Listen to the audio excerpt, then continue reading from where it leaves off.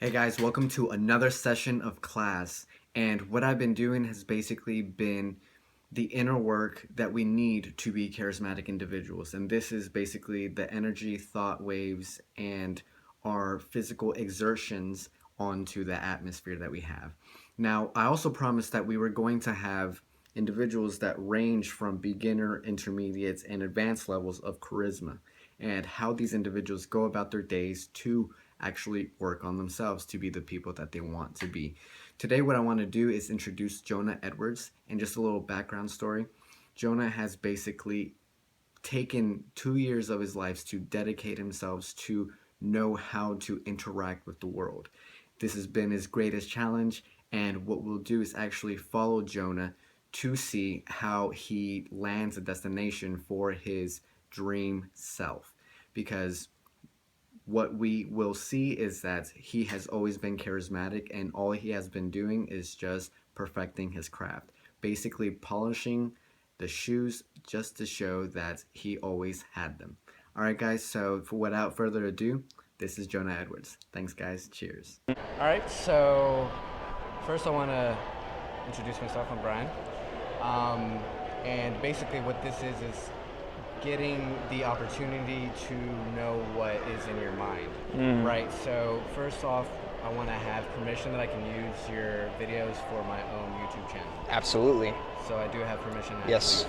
Okay, so tell me about yourself. What is your name? All right, my name is Jonah Edwards. I'm 23 years old. I'm in the National Guard, and the leader on one of my leadership in the National Guard. And he was taking me home. All right, so when two men get together, women is bound to come up in conversation, and he was talking to me about how he's always going out, just approaching women and just like trying different things and stuff like that. And it was really like interesting, like the way that he's talking about it, because it sounded so methodical and it's like it wasn't just randomness like I had been doing. And so then what he told me, he was like, bro, you've got to like look up like this thing called day game, man. It's just like all these dudes that just go running around just picking up women. It'd be you walking around during the daytime talking to women, and night game would be just you going out to a bar or club at night, talking to women and stuff like that. So that's really like those are just pickup terms. And then tell me why you got into pickup. Okay, okay. I mean, I got into self-development, because I realized that that the person that I was now couldn't get me to the lifestyle that I wanted to live and stuff like that. And so what I actually found out from the game is that it's just like the person that I was now couldn't get me to the women that I really wanted to be.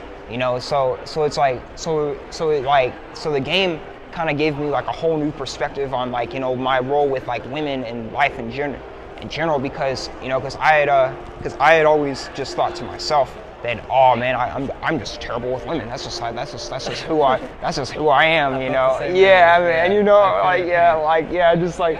But then I realized that getting girls, just like making money, is a skill that you can develop. You know what I mean? So it's like, and it's just like, and the kind of women that you can have is a reflection of the person that you are. Just yes, it's just like So it was crazy, because like the two things just kind of lined up with my entrepreneurial path, as well as like my sex life. No worries. So let me ask you why you call it game, for the people in the audience that don't know what game is. Well, yeah, I mean, what is game? Okay. Is game like the same idea that you would have a lion gaming analog, like you would find his prey, or how do you describe the word game, and what do you feel about other people that might not understand what this is? Yeah. All right. Okay, so I mean, the way I think about game is I just think of it as just like your own personal skill set of you, like how you carry yourself and how you go about talking to women. Okay. Are you someone that is shy and nervous? Yes. Okay. Oh my God, yes. Yeah. Yeah. Why is that? Because this goes way back to just like my middle school days and stuff like that, and just like I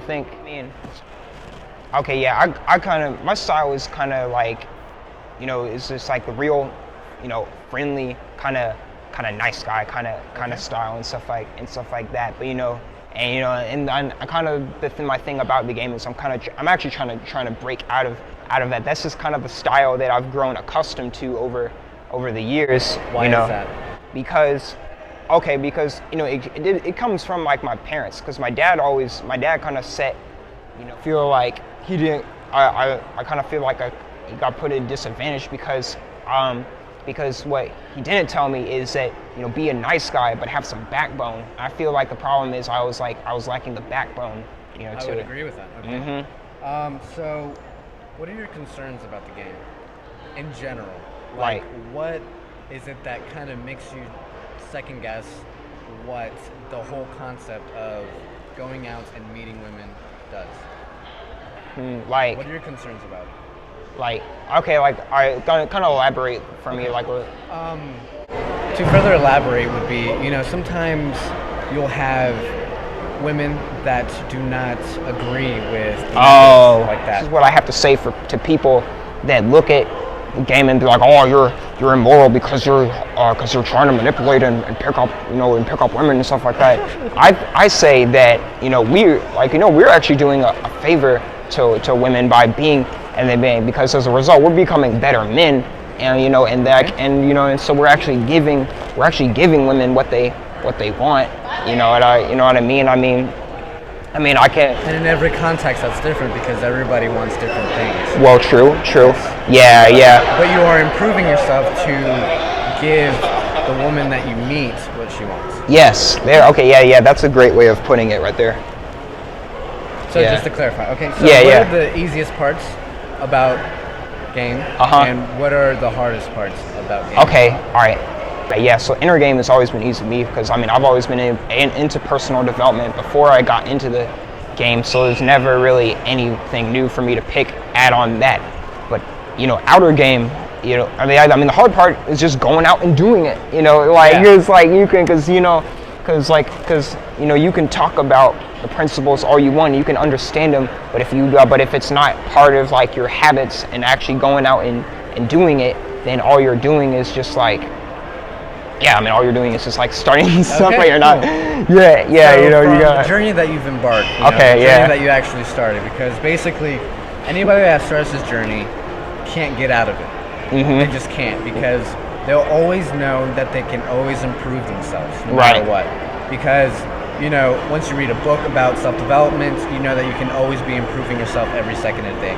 When it comes to like picking up mastery, right? Yeah. So picking up women, or courtship, in other words, you know that you can always go for that woman that, you know, startles you and breaks your you know, your anxiety up to like bits and everything like that. We actually went through the whole process of, you know, trying to meet women as well. So tell me about how that felt going through your day as we were filming. You know, that's exactly what I was talking about. It's just like, you know, like you have to prepare yourself, you know, all you can, but at the end of the day, I mean, it's, you know, it's not going to become real until you actually take action, you know, with it. Because there's that one girl that was gorgeous, beautiful. Oh my God, there was plenty of them that were gorgeous, and you were right behind her, and I saw that you were casually trying to walk up. It got to the point that you got so close, and then she left. Yeah. What happened? You know, okay, here's actually the thing, man. You know, I thought that she looked kind of like this chick that goes to my school, who's like, you know, rejected me on numerous occasions. Oh, wow. So you had some bad correlation with that. Yeah, well, I mean, all right, but here's the thing though, man, you know, because obviously it wasn't her. I was just psyching myself out in my mind, so trying to. Was that what you were thinking as you were going through? Yeah, that's why I couldn't do the approach, because I was thinking, oh God, this is that girl that keeps on freaking rejecting me every time I say her, you know. To yourself. That's what you're saying. Yeah. At that moment. Absolutely. Yeah. Yes, man. You know. So what happened? Okay, so. And it's fine. I've done that. Yeah. I've done that no, man. I don't have anything to hide here. You know. I mean, because like I hope this can actually help somebody. You know. I mean, because like. You decided not to, you know, disguise your voice, be anonymous, or blur your face. So Yeah. I really appreciate. Yeah, man. You know. Having the ability to be vulnerable within the world, and anybody that actually takes the time to do this, because this is probably the most difficult thing that anybody can do. Yeah. So I mean, I feel like what happened is I needed it too badly, you know. Because I felt like it was like a self-defining moment kind of that I built up in my head. Okay. You know? So it was like either you had it right then and there, or you didn't. And right. Yeah. When it comes to the moment. Yeah. And you know what that is, man? That's one-itis, right there, dude. What is one-itis to the people in the audience that don't know? Okay, so what one-itis is a scarcity-based mindset where every time you see a girl, you feel like she is the one. She is the only girl. Like this is it. I can't have anybody else. You know, and like you feel like if I don't have this girl, like I'm just gonna feel like shit, and so my life is over if I don't get this girl. Like, oh my God, you know. So that's a term that the community has. Now the community has grown. Right. You're right about that.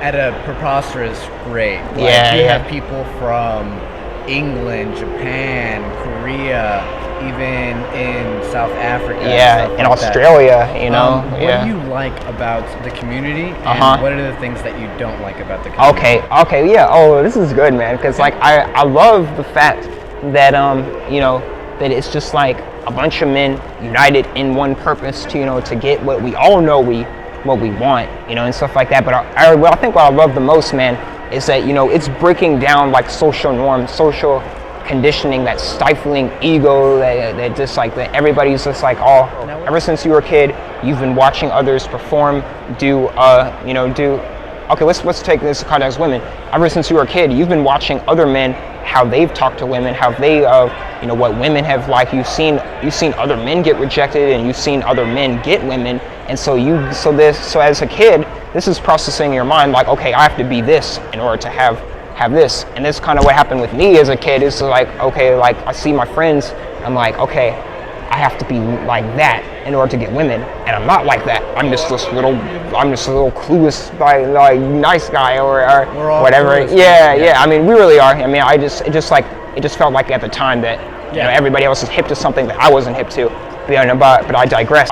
So in terms of the community, what does the community help you do? Okay, yeah, the community helps you break all that down. I mean, I've been fortunate to be able to hang with people such as yourself, man, who've gone out with me, kind of help, push me to go talk to women. I push you pretty hard. Yeah, you have pushed me pretty hard, man. And it's just like, and it's like, it's great to have people to go out with and stuff like that, because they push you so that when you get out there and you start talking to women, it's like you can't, your ego is trying to get you to hide, but it's actually getting out there and putting yourself on the line that brings your ego into the light. And then once it's in the light, it's like it disintegrates and has nothing left to hold on to and stuff like that. It's almost like a spiritual cleansing. Yes. Almost. Yes, man. So you have to get out of your comfort zone for this to happen. Absolutely. You absolutely have to. Now, what are things that you don't like about the community? Okay, I don't like posers, man. I don't like people that like, that all they do is watch content, critique other people without going out themselves. Like I had like a friend of mine, and he like I'm trying to figure out like the best way to get you in the community to kind of see where I'm. Well, I understand where you're coming from. Yeah. I understand from my perspective that you don't want someone that comes into something that's so dear to you. I mean, this is something that is ours. Right. Because absolutely. I mean, women are doing the same thing, but it's not to the same degree that we're doing it. Yes. Because obviously, any woman can have sex at any time of the day, no matter what. Right. It's just a little bit more about not being so awkward when she's pursuing it. Yeah. For us, it's more about who we are in the world, how we're walking through the world. Because I mean, this tests character, this tests integrity, our ability, our intelligence, and we have to be very resilient as we're going through our days and process. So anyone that doesn't go through the same day-to-day grind and is critiquing us, I would feel so bad. I would feel like I don't want you to be even around me. What do you want to accomplish by going through this journey? Okay, well, all right. I want to become a completely self-reliant person. Like, I definitely I want to be at the cause of my life, and not, yes, creating. Yeah, I want to create my life. I want to create, and I want to do more than just like feeling like I need somebody to completely. I mean, like, I really want to completely abandon my one-itis, and I really want, man, I just want to have like a harem of just like women and just be having. What does that allow you to do? Just like, a question for the public. Okay, like what it allows me to do is it allows me to live in a place of like of abundance. Because I mean, going back to what I had said, like your sex life and or your wealth, anything in life, anything you have in life, whatever material form is manifested in your life, whatever your life situation is right now, that is all a reflection of the person that you are. So if I can become the kind of person that can have like a harem of women, and they're just all happy to be there with me, and I'm just pleasing them sexually and stuff like that, and like, because I mean, because I know it's a thing, man. The instructors have always talked about how they're doing it, but I mean, my mind can't conceive of it right now, so I have to become that person in order to be able to do something like that. But it's just like when I see that manifest into my life, I know that I've definitely become the person that can create that kind of situation. That you always wanted to be. Yes, absolutely. Because like. Now, did you have that goal going into the game? No. Like, what was your reason to go into the game initially? Okay, because I was still stuck in my one-itis frame of mind going into the game. My idea was, okay, I'm gonna work on myself so I can find the one special snowflake that's out there that I'm searching for and stuff like that. And so like, so that way when I find her, I'll be ready to have her and stuff like that. Are you still looking for that woman? Nah. Like, I'm not looking for any. All right. I mean, subconsciously, I haven't programmed myself to not be looking for. Because I can still feel that this is me speaking to like who I want to become, but I know I know that I haven't moved beyond that point where I feel inclined to search for that woman, but what I want. You're young. Yeah, How yeah. old are you? I'm 23. Okay. Yeah. So I'm coming to realize that no, that's not the best thing for me. So I don't want to be. You're building a career as well. Oh yeah, absolutely. Yeah. So so I can't be tied down by any of that kind of stuff like that, and it's not good for me, the way my mind is right now, to be tied down. So. Okay. Yeah. So I digressed a little bit. If you stay in the game long enough to become like the person that you need to be, and then just accept that you are enough. Well, what man wouldn't want that? Yeah. Coming from the place of like oh God, I have to get a girl so that way that I won't have to worry about sex anymore, and I can just have her, and then because that's the kind of the place that I've been coming from. It's just like women just like want a girlfriend, so I can just have sex with her, and I don't have to worry about trying to go out and talk to women. Disappointments. Oh, okay. And your biggest accomplishments. Okay, I mean embarking in this journey. Man, the biggest disappointments are the girls that I don't talk to. Those are the biggest disappointments. It's just like going for it, because then it just adds to the. When you feel rejected, how does that feel? Okay, I mean that sucks too. Because at this point, I've kind of accepted that game is a skill, and I'm just here to work on my skills and stuff like. Charisma is a skill. Yeah, charisma is a skill.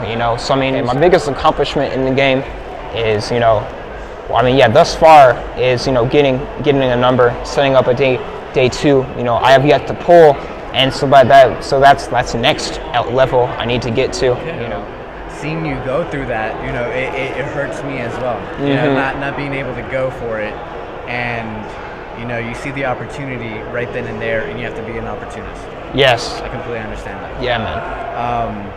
So we'll be seeing you soon, correct? Absolutely. All right. So we'll continue this on, and see how you develop little by little, and of course, seeing your interactions and how you grow as a person.